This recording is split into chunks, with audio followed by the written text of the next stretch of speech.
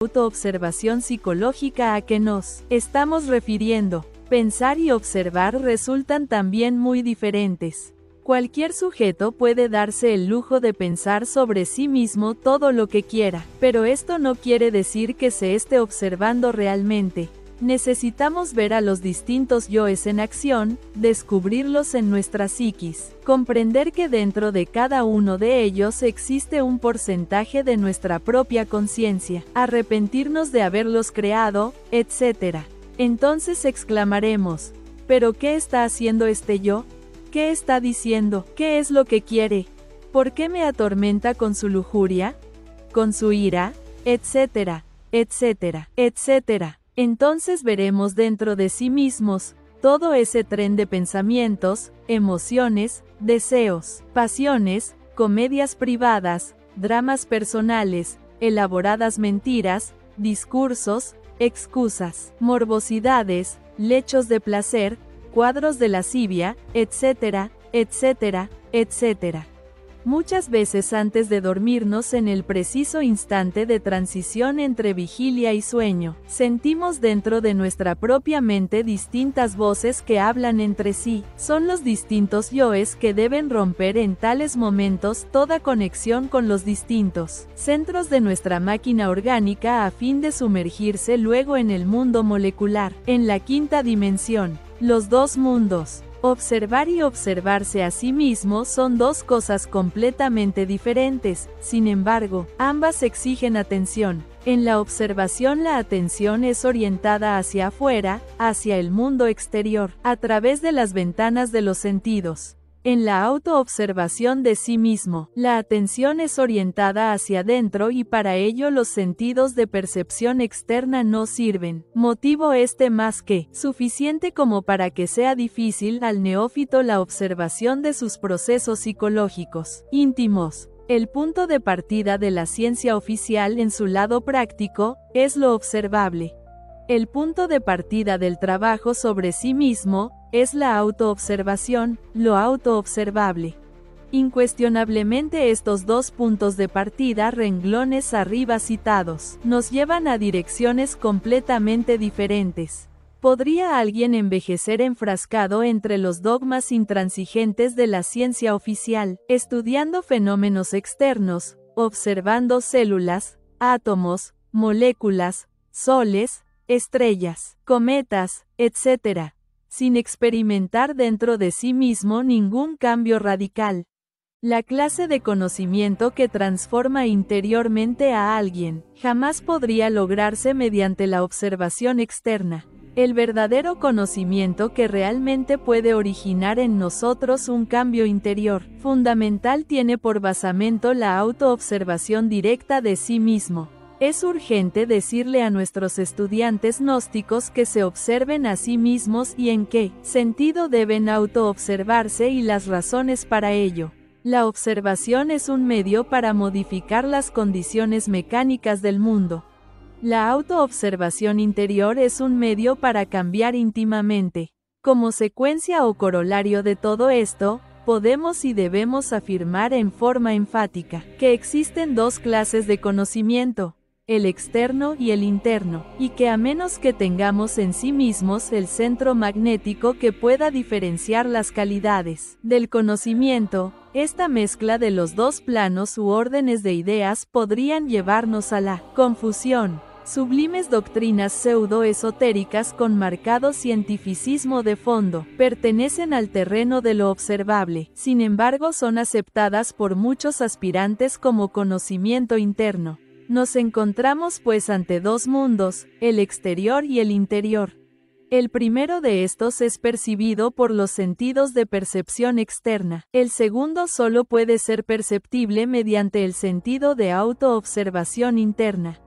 Pensamientos, ideas, emociones, anhelos, esperanzas, desengaños, etc., son interiores, invisibles para los sentidos ordinarios, comunes y corrientes, y sin embargo son para nosotros más reales que la mesa del comedor o los sillones de la sala. Ciertamente nosotros vivimos más en nuestro mundo interior que en el exterior. Esto es irrefutable, irrebatible. En nuestros mundos internos, en nuestro mundo secreto, amamos, deseamos, sospechamos, bendecimos, maldecimos, anhelamos, sufrimos, gozamos, somos defraudados, premiados, etcétera, etcétera, etcétera. Incuestionablemente los dos mundos interno y externo son verificables experimentalmente. El mundo exterior es lo observable. El mundo interior es lo autoobservable en sí mismo y dentro de sí mismo, aquí y ahora. Quien de verdad quiera conocer los mundos internos del planeta Tierra o del sistema solar o de la galaxia en que vivimos, debe conocer previamente su mundo íntimo, su vida interior particular, sus propios mundos internos. Hombre, conócete a ti mismo, y conocerás al universo y a los dioses. Cuanto más se explore este mundo interior llamado uno mismo, tanto más se comprenderá que se vive simultáneamente en dos mundos, en dos realidades, en dos ámbitos, el exterior y el interior. Del mismo modo que a uno le es indispensable aprender a caminar en el mundo exterior, para no caer en un precipicio, no extraviarse en las calles de la ciudad, seleccionar sus amistades, no asociarse con perversos, no comer veneno, etc. Así también mediante el trabajo psicológico sobre sí mismo, aprendemos a caminar en el mundo interior, el cual es explorable mediante la autoobservación de sí. Realmente el sentido de autoobservación de sí mismo se encuentra atrofiado en la raza humana, decadente de esta época tenebrosa en que vivimos. A medida que nosotros perseveramos en la autoobservación de sí mismos, el sentido de autoobservación íntima se irá desarrollando progresivamente. Fin Conferencia 16. Conferencia 17 de Fase A. Los tres factores de la revolución de la conciencia. El primer factor será el nacer, el segundo factor será el morir, el tercer factor será el sacrificio por la humanidad.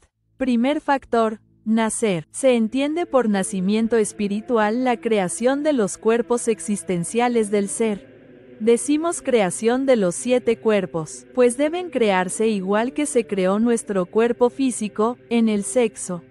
Para nacer es necesario tener una pareja estable con la que podamos trabajar en el sexo en forma permanente. Debe ser una pareja, no pueden ser varias, pues esto adulteraría el trabajo. La pareja debe estar dispuesta a colaborarnos y conocer el trabajo que se va a hacer. Para este trabajo debemos aprender a valorar la energía creadora sexual, pues con ella haremos toda la creación. El lugar donde se practicará el sexo es el lecho nupcial o altar. Este lugar es muy especial y debemos cuidarlo mucho para que no se mezclen otras fuerzas. La habitación o alcoba donde se encuentra deberá estar en magníficas condiciones de aseo y ventilación, libre de ruidos, música estruendosa y televisores. No puede haber más personas durmiendo en la misma habitación. El suprasexo no se puede practicar en cualquier lugar. Es necesario tener una habitación destinada a esto. Antes de iniciar la práctica de nacimiento debemos hacer unos preparativos. Conjuración del belilín y círculo mágico. Para quedar protegidos de las fuerzas del mal. Súplica al Padre y a la Madre Divina para que nos asistan durante la práctica. Caricias entre los esposos para lograr una magnífica lubricación del yoni. Penetración del falo dentro del yoni, el pene en la vagina. Una vez unidos sexualmente son necesarias la concentración, la imaginación y la voluntad. Procedimiento respiratorio para la transmutación de la materia en energía. Inhalación, 20 segundos. Imaginando la entrada del aire por la nariz hasta los pulmones y luego bajarlo hasta las glándulas sexuales. Retención, 20 segundos. Imaginando el ascenso de un hilo dorado desde el cóccix hasta el entrecejo. Exhalación, 20 segundos. Mantralizando lenta y alargadamente vocal por vocal, repitiendo todo el procedimiento respiratorio para cada vocal. La práctica se prolongará durante todo el tiempo que la pareja lo desee, pero deberán retirarse, sin eyacular o derramar la energía creadora sexual. No se practicará sino una vez en la noche. Con paciencia, prudencia y perseverancia se irá avanzando vértebra por vértebra y cuerpo por cuerpo. Segundo factor, morir. La muerte psicológica se refiere a la liberación de la esencia, o energía creadora sexual, que en estos momentos se encuentra atrapada por el yo psicológico o las formas de ser de uno mismo. Para poder iniciar el proceso de la muerte psicológica debemos aprender a autoobservarnos. Y esto resulta ser lo más difícil por la mecanicidad en la que nos encontramos. Es necesario saber diferenciar los actos del ego, los actos de la personalidad y los de la conciencia. ¿Qué se puede observar en el mundo interior? 1. Los distintos pensamientos. 2. Las charlas internas entre los yoes. 3. Las emociones agradables. 4. Las emociones desagradables. 5. Los estados de ánimo en que nos encontramos. 6. Las reacciones mecánicas. 7. Todo lo que nos altera. Cualquier situación del mundo físico. Cuando uno descubre cualquiera de estas manifestaciones, nos hacemos conscientes de lo que sucede interiormente. Luego le pedimos a la Madre Divina que desintegre el defecto o yo que se manifestó. En la medida que trabajamos con seriedad con este procedimiento, iremos liberando la esencia, equilibrando nuestros centros y despertando la conciencia. Cada vez veremos detallitos más pequeños e insignificantes, lo que nos permitirá ver el avance.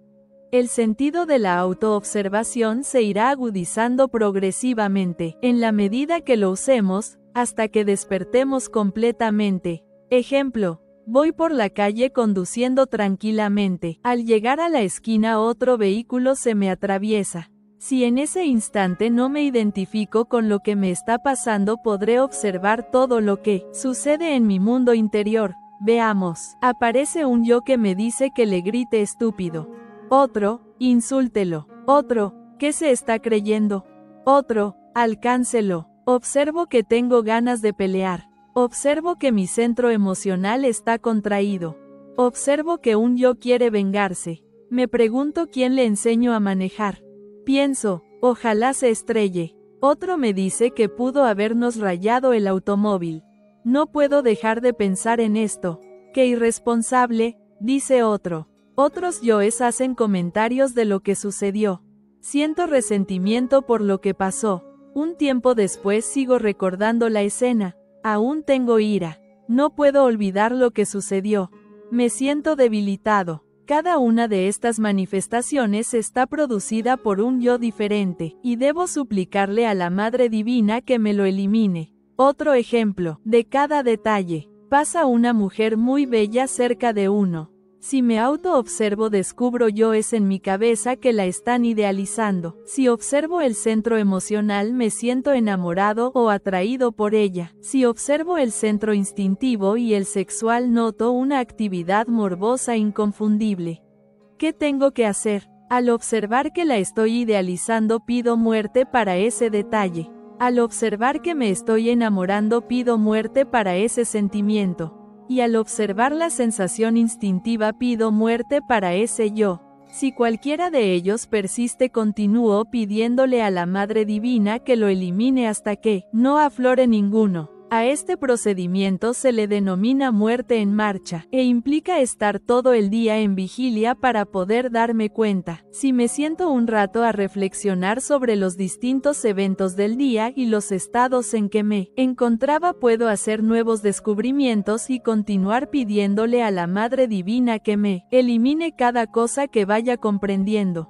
A este procedimiento se le denomina meditación reflexiva, y nos ayuda a liberar grandes cantidades de conciencia. Tercer factor: sacrificio por la humanidad. El sacrificio por la humanidad es llevar este conocimiento desinteresadamente a toda la humanidad, sin ningún tipo de distinción de raza, color, riqueza, pobreza, posición social, etc. El conocimiento hay que entregarlo sin recibir nada a cambio, completamente gratuito. De lo contrario, no es sacrificio sino negocio. Nadie tendría con qué pagar este conocimiento. La sabiduría es el principio de todo. Si no la recibimos, morimos ignorantes de la razón misma de existir. Si reflexionamos